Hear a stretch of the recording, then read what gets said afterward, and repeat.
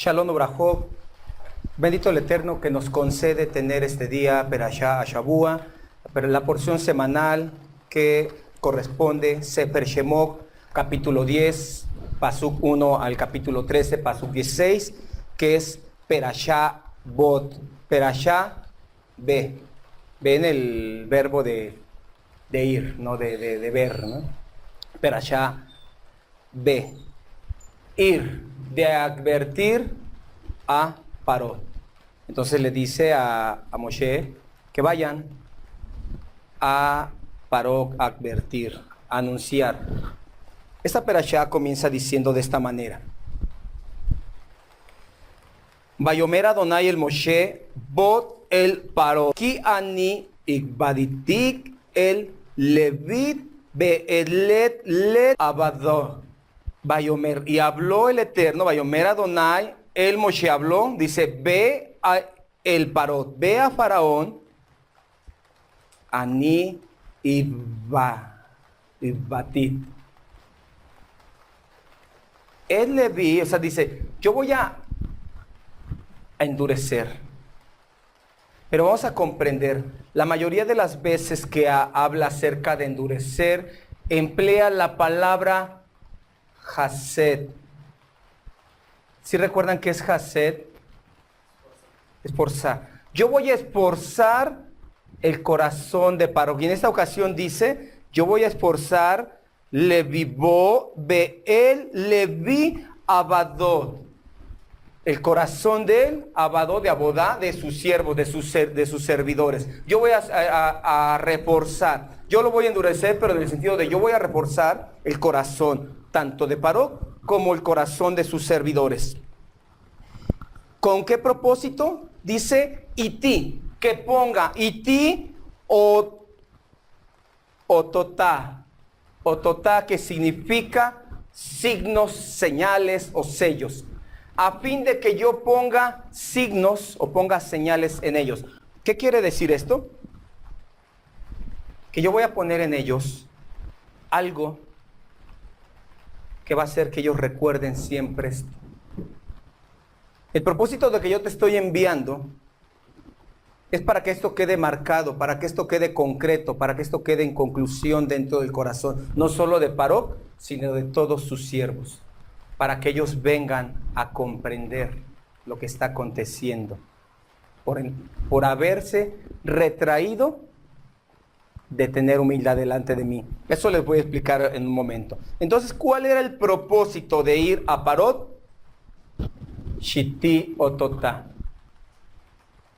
Poner los signos en ellos. Poner las señales, como traducen en las traducciones más comunes, las señales y maravillas que yo mostraré a ellos, pero no es que se las mostrara, sino quería poner dentro de ellos. Por eso habla Lev, Libot, o sea, corazón y el corazón de ellos. Y por eso dice Elek Bekirbot, dentro de ellos. ¿Y para qué? ¿Con qué propósito? Yo voy a hacer esto y en lo postrero tú vas a hacer algo.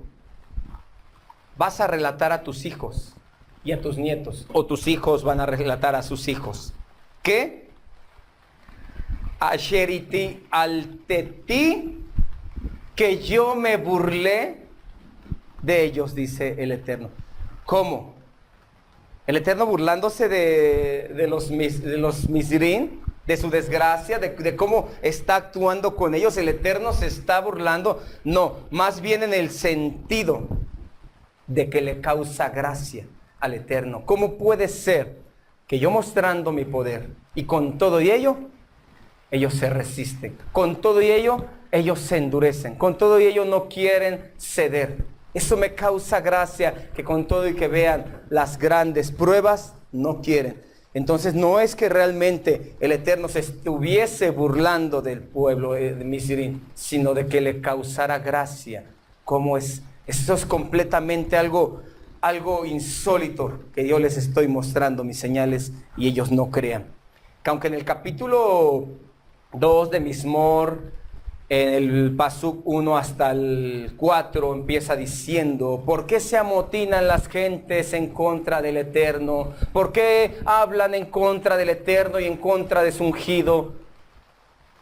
¿Por qué hacen estos males? Dice el Eterno. Y dice: el Señor se reirá de ellos. El Señor se burlará de ellos. Capítulo 2, versículo 4 de Mismor dice así: el Señor se burlará de ellos. Es decir, en aquel tiempo el Eterno va a conocer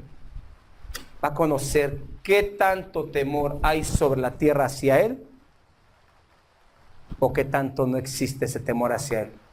Va a causarle gracia, va a causar, no gracia en cuestión de favor, gracia en cuestión de algo gracioso, algo chistoso, por decirlo de esta manera.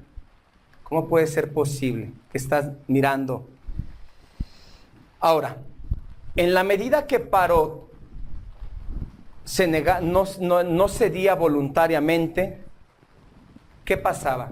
Muchos se preguntarán, ¿en qué consiste o por qué razón el Eterno endurecía a Paró o el corazón de Paró? ¿Por qué hacía eso? ¿No sería más bien una manipulación del Eterno hacia este hombre, hacia este gobernante? ¿Por qué acontecía que Paró se endurecía? Y dice, claro, no en todas las ocasiones de las plagas fue que se endureció por parte del Eterno, sino en ocasiones por sí mismo. Pero a fin de cuentas, Paró sí se endureció siempre. ¿Qué era el endurecimiento? El endurecimiento, vamos a poner atención. Venía la plaga. ¿Cuándo era cuando Paró decía, me arrepiento de hacerles el mal? ¿Cuándo era cuando Paró decía, yo me arrepiento, vayan y oren por mí al Eterno, pídanle al Eterno? Cuando estaba el mal. Una vez quitándose el mal, ¿qué pasaba? Entonces es que se endurecía Paró. No lo endurecía con las plagas. Las plagas lo ablandaban. Entonces, en cierto modo, el Eterno no lo estaba endureciendo. Era Paró que al ya no tener la plaga, que al ya no tener la carga en él, está tranquilo. De esta manera, entonces, podemos comprender que Paró, mientras él tenía el dominio sobre Mizraim, a él solamente le importaba eso, Mizraim, porque Mizraim lo sentía como si fuese suyo. Se sentía el dueño del Nilo, se sentía el dueño de todo Mizraim, se sentía Paró un Elohim. Pero cuando cedía y ya no sentía rigor, ya no sentía opresión por las plagas, volvía a endurecerse Paró. Nuevamente volvía a endurecerse. Entonces las plagas eran un beneficio. ¿Qué hubiese acontecido que cuando añadía una plaga, por decirlo las ranas, pero no las quitara y añadiera el granizo? Esa era la manera de endurecer a Paró, que quitaba la plaga. Bueno, ya quité las ranas, ahora van las tinieblas, ahora van las langostas, no las estoy diciendo en orden, ¿no? ¿Qué hubiese acontecido? Que están las tinieblas y encima de las tinieblas el granizo. Y encima de las tinieblas las ranas. Encima de las tinieblas la sangre en el agua. Paró no hubiese llegado a endurecerse. Estuviese continuo el rigor sobre él y no le hubiese concedido a Paró endurecerse. Es decir, que al retirar las consecuencias, al retirar el mal, lejos de beneficiar a Paró, le perjudicaba. Si hubiese continuado las plagas sobre él, Paró no se hubiesen endurecido. Pero ¿cuál era su preocupación de ellos? ¿Por qué le estoy diciendo todo esto? Que eran las plagas el por qué lo hacía ceder. Eso mismo expresan y eso mismo también expresaban sus siervos. Dice en el capítulo 10, en el Pasuk 7, los siervos de Paró le dijeron, ¿hasta cuándo será una trampa para nosotros? Envía fuera a los varones y que sirvan al Eterno su Elohim. Y le hacen una pregunta obvia, ¿no? A Paró, una pregunta sarcástica. Le dicen, ¿Todavía no sabes que Misraim está perdida? ¿Que Misraim está devastado? ¿Que Misraim está arruinado? ¿Y todavía pretendes tener todavía aquí a estos hombres? Ya vinieron a sentenciarte. Como no estás viendo la plaga, como ya la plaga fue retirada, entonces tú aconteces a decir, ¿qué pasó ahí? Le pregunta, bueno, está bien, ya, los voy a dejar ir. Sí, váyanse. ¿Quién va a ir? Todos. Hasta es más, tú mismo nos vas a dar, tú mismo vas a proporcionar para ofrenda al Eterno. Y se los dice de una manera sarcástica a Paró, diciéndoles que el Eterno esté con ustedes si es que yo los llegare a dejar salir. El día que tal acontezca no saben lo que va a pasar. El día que se les ocurra salir con todo su pueblo y con todo su ganado, ahora sí que en esta manera diciendo que Dios los acompañe porque no saben a lo que se enfrentan conmigo.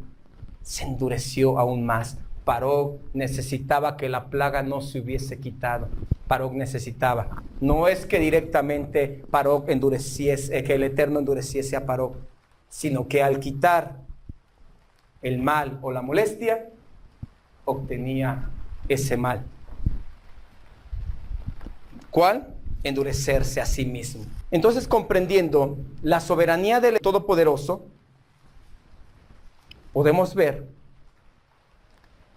que él, aunque tuviese el control para dirigir a Paró le dejaba un libre albedrío.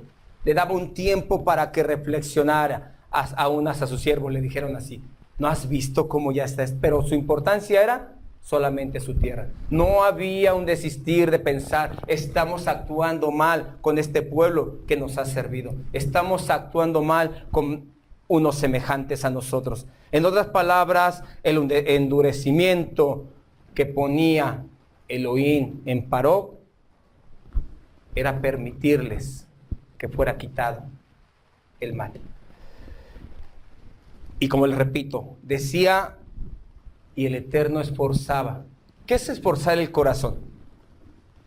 Como cuando una persona está haciendo un ahorro, como cuando una persona está llevando una carrera de estudio, cuando está llevando, o cuando va corriendo en un lugar, cuando está haciendo una construcción, cuando ya ve más pronto a concluir ello, su corazón se esfuerza.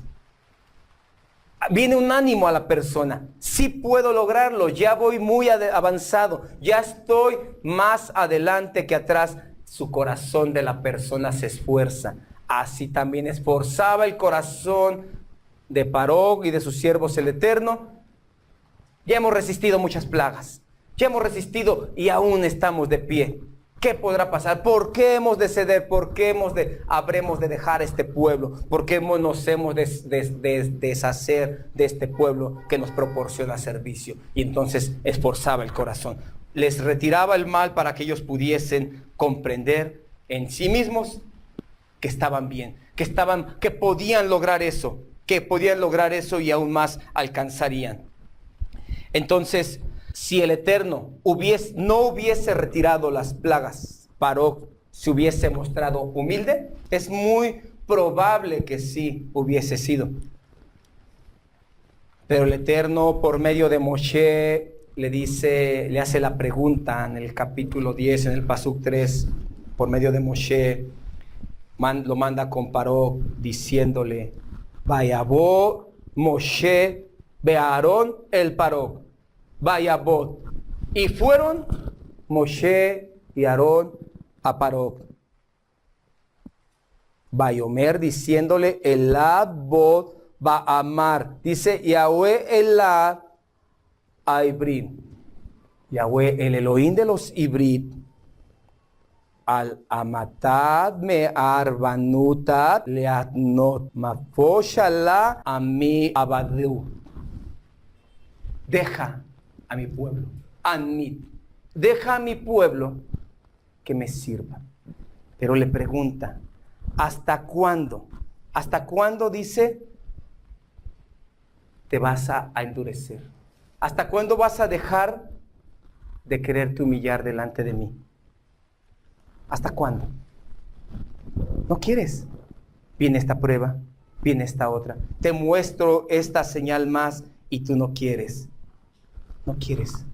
La pregunta es esa, Parot. ¿Hasta cuándo vas a querer humillarte? ¿Hasta cuándo quieres ser humilde? ¿Recuerda la Jactará de esta semana al final? ¿Cómo termina? ¿Sí recuerdan cómo dice?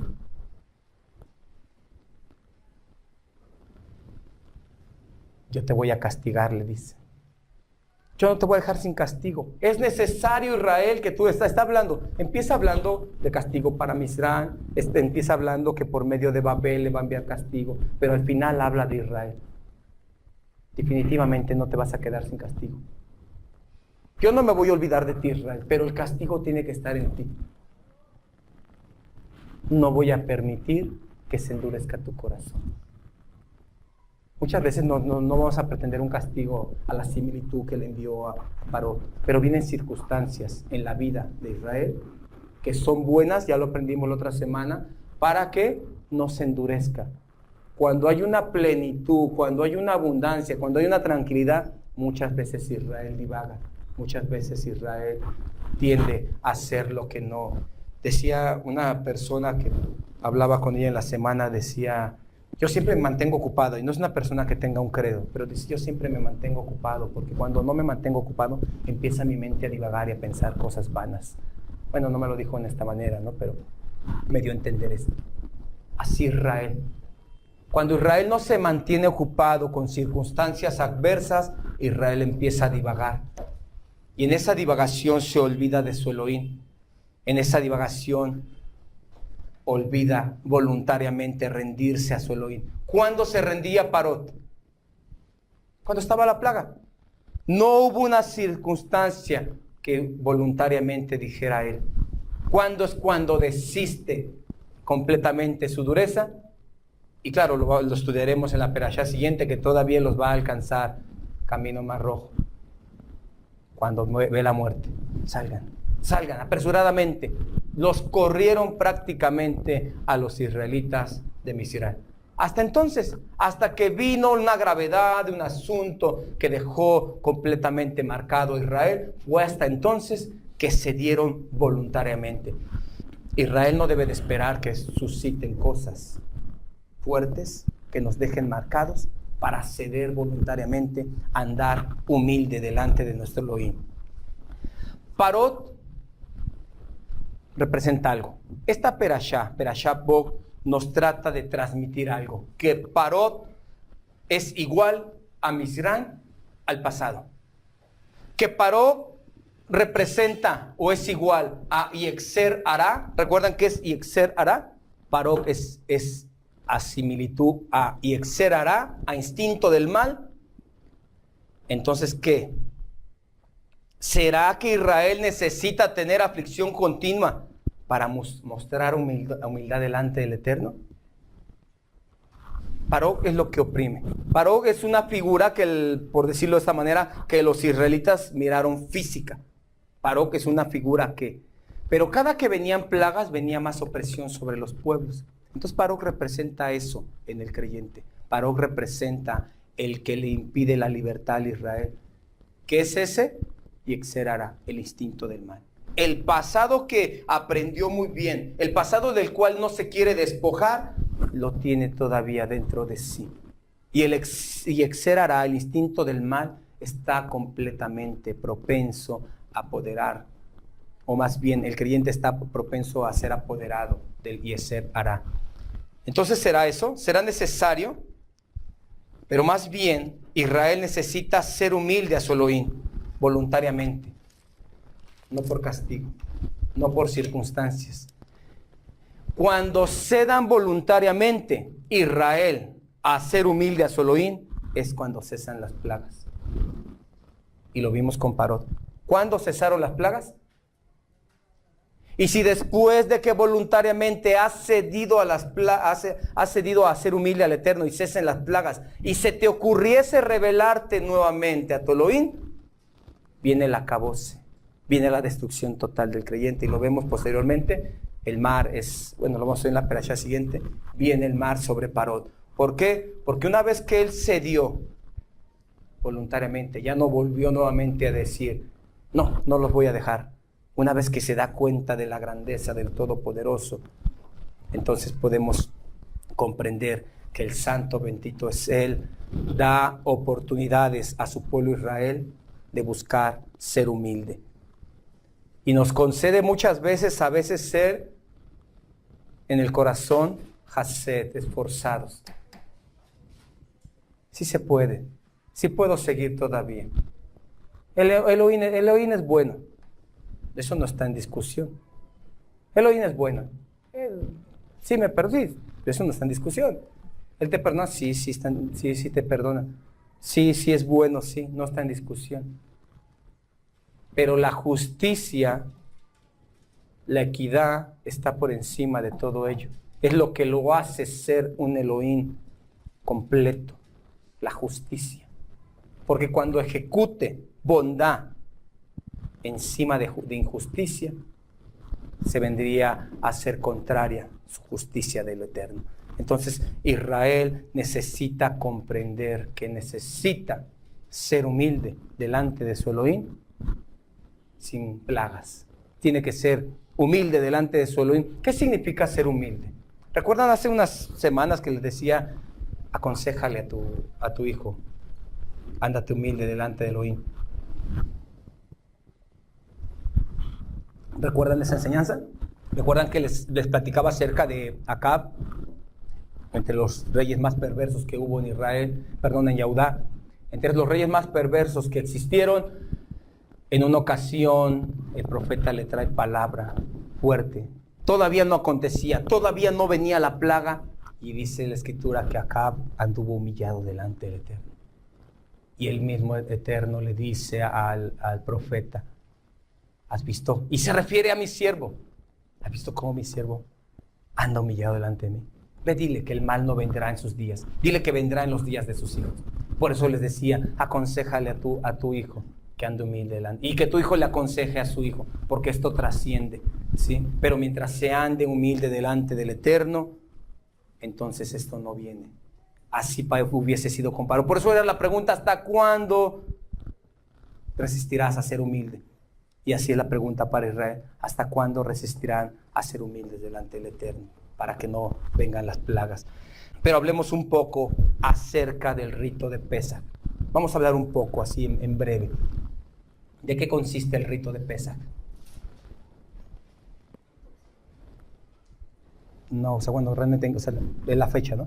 Pero ¿en qué consiste? El corbán, hierbas amargas. El corbán es igual a sacrificio, es igual a cordero. Hierbas amargas, igual al recuerdo de la aflicción. Y matzot, panes sin levadura.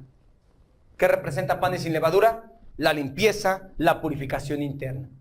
Eso es el rito de Pesaj. Falta algo más. Eso va incluida lo que es en el corbán. Cordero, sacrificio. Ahí hallamos la sangre. ¿Qué falta en este rito de Pesaj? Comerla. Tendrás que comerla. Tienes el Pesaj.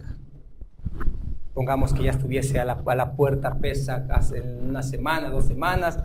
Sí, ya tenemos los preparativos. Ya vi dónde voy a conseguir mi matzá, cómo lo voy a preparar. Ya me estoy deshaciendo de toda la levadura que tengo en casa física. Ya me estoy deshaciendo de todo, ya me estoy preparando, va a ser así. Ya preparé mis días para no laborar ese día, para aquellos que trabajan en un lugar donde no se les permita. Ya organicé todo, está preparado. Hay algo, lo cual lo tenían a locura los fariseos, los saduceos, los escribas, los celotes, las sectas de aquellos tiempos del Mashiach. Era algo de locura para ellos. Yo soy el pan que descendió del cielo, dijo Mashiach. Yo soy el verdadero pan. Mi carne es verdadera comida y mi sangre es verdadera bebida. Todo aquel que no coma mi carne y beba mi sangre Él les hacía una distinción. El capítulo 6 de Yohanan, versículos 40 y tantos en adelante, donde relata esto que le estoy diciendo.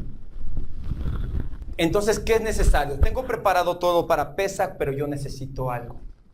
Tener en mi interior el corbán. Tener, ¿qué significa eso? Que verdaderamente, por eso les decía, lo tenían a locura. Bueno, ¿que nos está diciendo que somos caníbales o qué está aconteciendo? No. Si no tienen en su interior mi esencia, si no tienen dentro de su interior quién soy yo, de nada les sirve el sacrificio. Y eso hace un énfasis Saulo en el capítulo 5, capítulo 6, 7 y 8 de Primera de los Corintios, diciendo: dejen esa vana manera de vivir. Festejemos la fiesta, dice, con panes sin levadura, de verdad y de sinceridad, porque Mashiach, que es nuestro Pesach, ya fue sacrificado. Ya no necesitas, corbán ya está. La amargura, hay algo. Por eso le aclaró ahí no les celebremos la fiesta con panes de verdad y de sinceridad. No les dijo y hierbas de verdad y de sinceridad. Porque las hierbas representan la amargura, la tristeza, el pasado. Pero el maxot, lo no leudado, representa la limpieza. Vuestro sacrificio ya fue. Recordemos primer elemento del rito de Pesach, corbán, sacrificio. Ya está Mashiach. Falta algo, que lo comas. Falta que lo tengas dentro. Falta que el corbán no sea superficial, sea sincero, sea real en tu vida. Para que se efectúe. Bueno, es que sí participé del Seder de Pesach, muy bonito. Guardamos la noche, como está escrito, de Barín en capítulo 16, Shemot capítulo 12, noche de guardar, porque en esa noche el Eterno nos liberó. Y sí, guardamos la noche, estuvo precioso, hermoso, me llené, aquello, el otro, no. Simplemente es parte de cumplir. Y claro, no estoy diciendo que no tenga un potencial espiritual tremendo las fiestas, pero lo que estoy diciendo que si no hay un efecto del Mashiach en la vida del creyente, ese Pesach, ese rito no está completo. Empiezan las regulaciones acerca de Pesach, tendrá que ser así, así, así, así. Un incircunciso no comerá de él, eso ya se los he ministrado, pero vamos a hablarlo así rápido. ¿Qué dice? Capítulo 2, Colosillín, diciendo, en Mashiach fuimos circuncidados, ¿sí?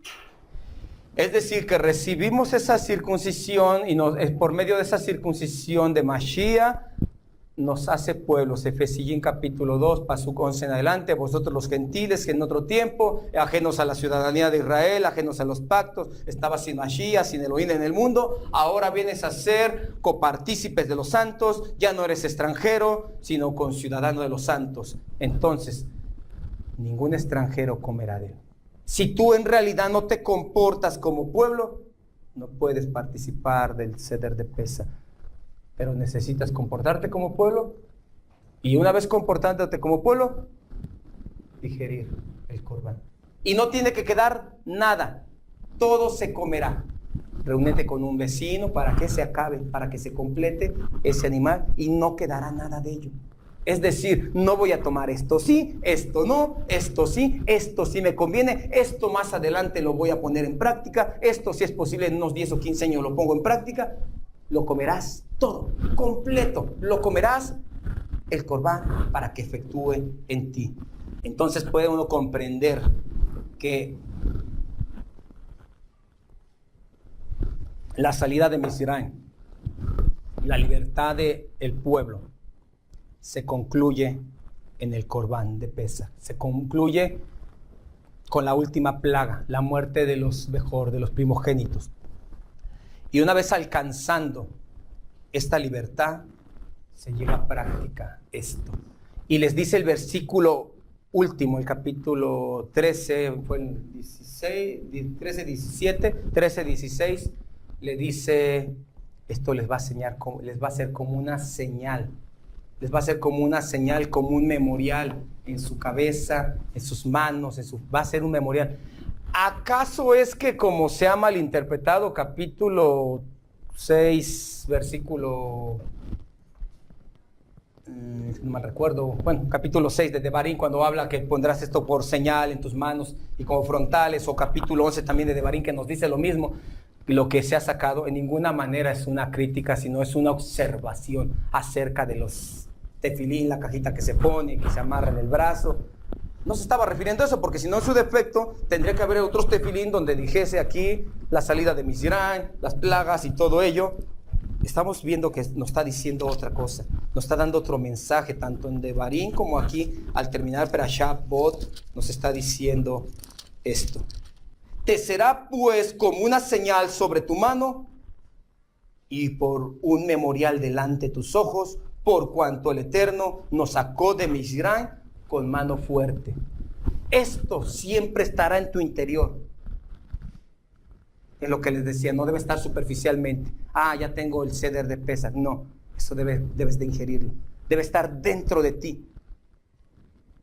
De nada te sirve, sí traigo los tefilín, ¿y eso qué? Yo deseo que tú te tomes de ellos, que esté dentro de tu mano, dentro de tu corazón, dentro de tus pensamientos, para que el corbán de Pesach, para que el rito de Pesach pueda verse en tu vida, para que pueda tener el efecto que tiene. Entonces, la humildad delante del Eterno, voluntaria, y el tener sus instrucciones dentro de uno, no amarradas, no, dentro de uno, en la mente, en el corazón, un memorial, un recuerdo. ¿Recuerdan al principio del servicio? Les dije, ¿qué les habla? ¿Qué les habla de Devarim 26, 5 en adelante? Hace 15 días igual también les dije lo mismo. ¿Qué les habla? Probablemente a lo mejor divagó el corazón y dijeron, nos habla del diezmo. Sí, nos habla del diezmo, pero ahí no está hablando de otra cosa. Nos habla de recordar. Nosotros fuimos esclavos en Misraim y nos sacó con grandes señales, como una señal, como un memorial dentro de nosotros. Nunca se te olvide que tú eras esclavo del pecado y te sacó. ¿Por qué has de regresar? Hay una misbah para Israel, que nunca regrese a Misraim. Nunca vuelvas por ese camino. Esa es. ¿Y nos iremos a regresar a vivir a Misraim? No, ¿verdad? Muchos no tenemos ni pasaporte. No, nos iremos más bien a regresar a nuestra vieja y vana manera de vivir. Esa es la pregunta. Pero entre tanto, que el Eterno haga prosperar estas palabras en nuestros corazones y lleve fruto para vida. Beshen Yahshua HaMashiach. Amén.